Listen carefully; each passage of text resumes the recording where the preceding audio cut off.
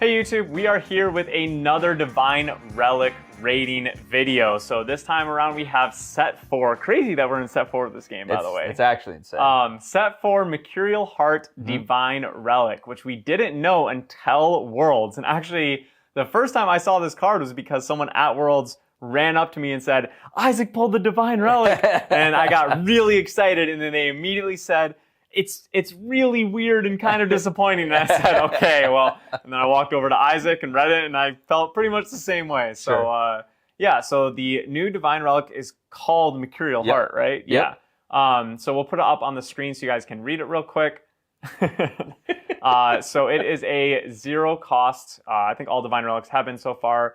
That will give an automaton ally on the field a +1/+1 counter. And that's its only effect, but there's another really important part about it, and that is it counts as a power cell, because there's a lot of synergy with the set about that. And that was something that I think a lot of people didn't realize right away. Yeah. And they just read it and they were like, oh. A buff counter? Yeah, this seems pretty bad. Yeah. But the fact that it is itself a power cell, obviously it doesn't work like the power cell tokens. Yeah, right? yeah, It doesn't have the same effect, but it is in its card text and its typing a power cell, which after actually getting to see the set, we see there is a lot of synergy going on. Yeah, I at first was going to give it like a 0 out of 5 when I didn't understand how good the power cell typing is. Yeah. I'm just going to jump right into my rating, actually. So GCR has been a 5 out of 5. Yep. Quicksilver Grail was a 2 out of 5, which we got a lot of memeing for giving it that rating, and then ended up being exactly accurate. Spectrometer, we gave a 1 out of 5. At least I gave a 1 out of 5. I kind of still stick by that. Maybe it gets better one day, but still definitely the worst one so far. And then this one, I'm not going to give a 5. I'm not going to give a 1. I'm not going to give it 2. I am going to give it a 3. Whoa. So it is a little higher than I thought I would give it, but I have played with it a bit, and I do think it has some play.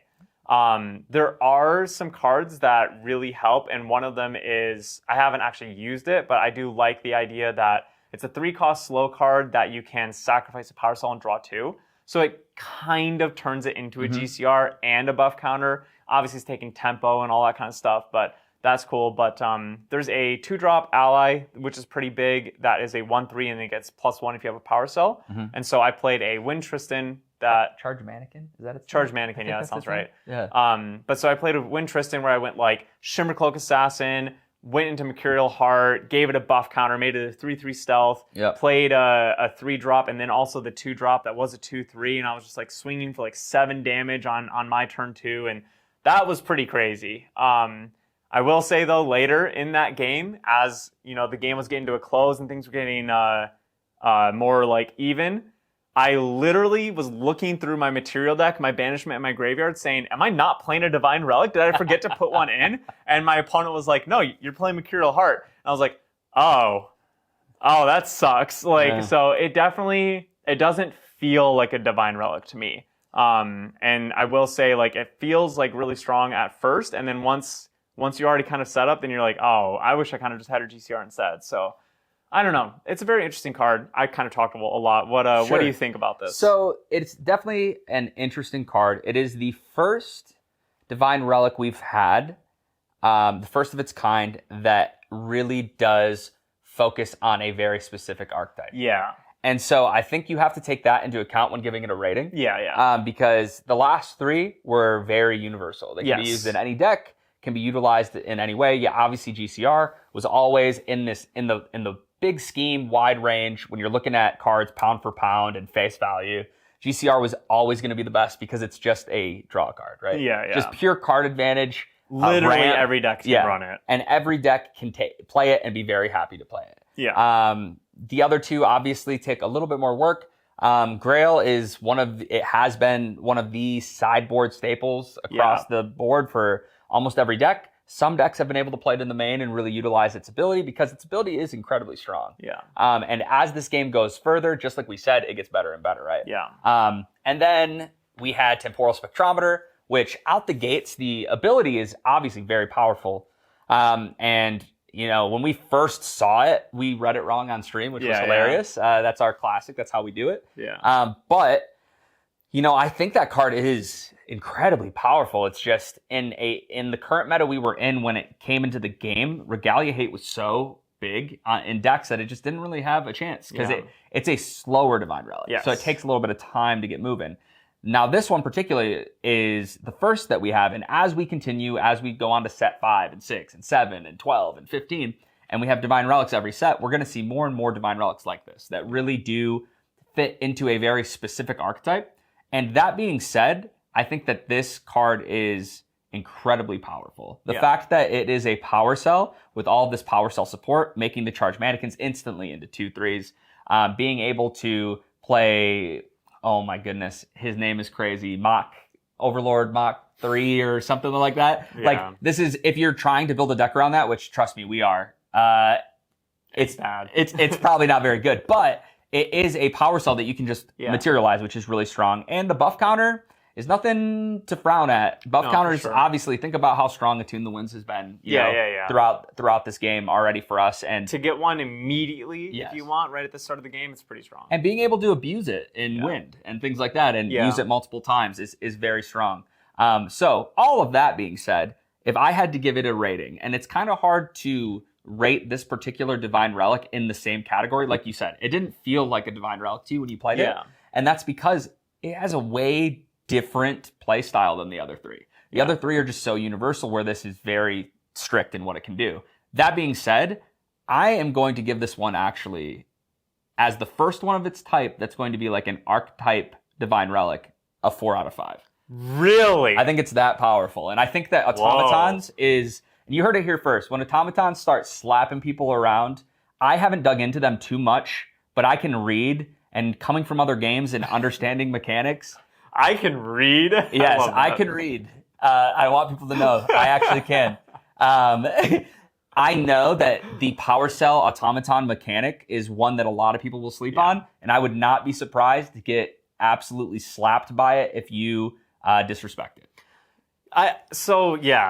My issues with it is that, like, you can't do it right away, right? And it's on enter, so you already have to have an ally on the board and stuff. So it's just a little hard to get that counter if your opponent is on a deck that can remove your allies by attacking or whatever. And I feel like you have to get like really specific openers, like something like Shimmer Cloak, to like really feel the power from it, and then also have something that's going to take advantage of you having a power cell on the field.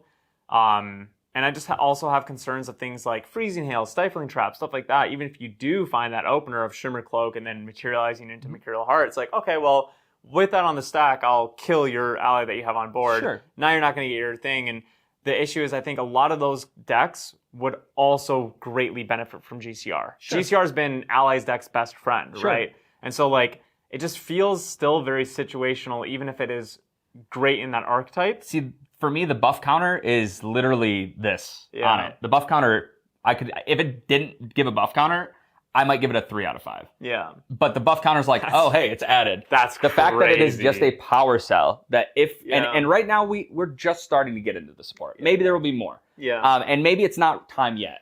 But I know that this card has some versatility to it, and most, like, notably, the one that I really saw, you actually brought up already, which was the card, name slipped my mind. Charged Mannequin.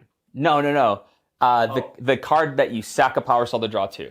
So I play this in a mid-range deck that I don't really... Like, the buff counter's great. If I can use it, heck yeah, man. Let's put the buff counter on something to help me trade. Or you know, what have you. Maybe we play Besiege the Winds and we can bring it out at another time. I don't know.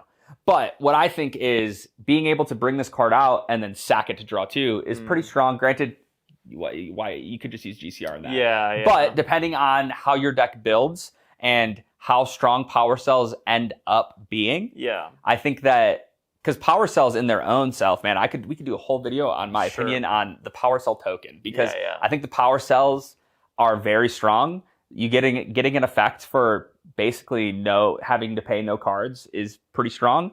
And I think that, like I said, here, guys, you heard it here first. Don't sleep on automatons and the power cells. And I think that there's going to be a deck this format that really, really utilizes them well, and that deck will probably play Mercurial Heart. Sure. Okay.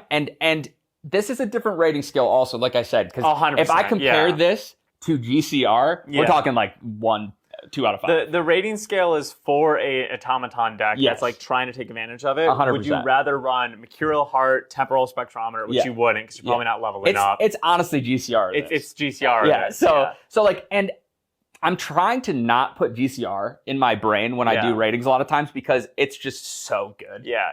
And this is more so, like I said, the first of its type where I'm like, okay, I'm instead of doing the 5 is an absolute, meta staple in every deck. 4 is played in most decks or every deck of its element.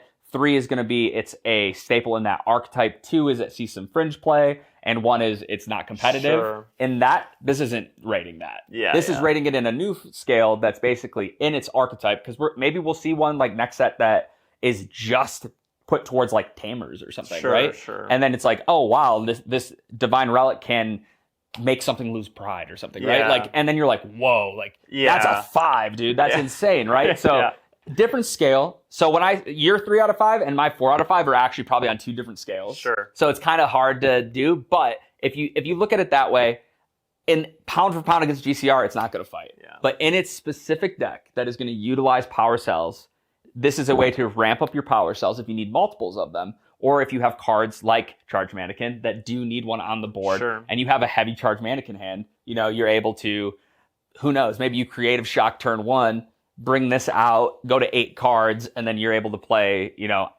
who knows? There's a lot out there. There's a lot of things that we can see happen in the future. So I guess like my short explanation and like kind of my final thoughts are just like, it seems very strong, but inconsistent. Sure. That's my issue with the current card pool that we have. And obviously we haven't scratched that much. We're brand new into the format. But that's just my sentence, I would say. Seems really strong, a little inconsistent though. 3 out of 5. That's kind of my rating. I like that. And I think I can agree with that one. And if we're going to use our scale, which we probably should, it's definitely a 3 out of 5. Sure. I just like the fact that we're starting to see some Divine Relics because they had to, right? At some point, you can't make every single one generic. Yes. Like they're just going to clearly be better ones and worse ones. Exactly. So starting to see this is our first step into a Divine Relic that touches the surface of going towards a specific archetype. It's pretty cool. So I'm excited to see where these go in the future. And overall, out the gates, sure, I'm probably not putting this in many decks. But I hope that we can find the deck that utilizes this, and somebody will. Maybe it's us. Who knows? But powerful effect, still to be seen if it's very strong. And that's what I'm going to leave you guys with YouTube. Thank you so much for checking out this video. If you get a chance, I got to throw it out there. Dragon Shields, guys. Use code TRUE5 at your checkout. When you go to dragonshield.com, you'll get a special discount. Give us a little kickback. Greatly appreciate it. And please check out all of our links below. Come hang out in our Patreon. Come hang out in our Discord. And even if you're trying to buy some singles for this set, because man, you need to buy singles. You have to. Our TCG player affiliate link is below. Use it, and you give us a little kickback just for buying cards. And obviously, we cannot thank you enough for all the support. We'll catch you on the next one. Caben and Terry checking out. Peace.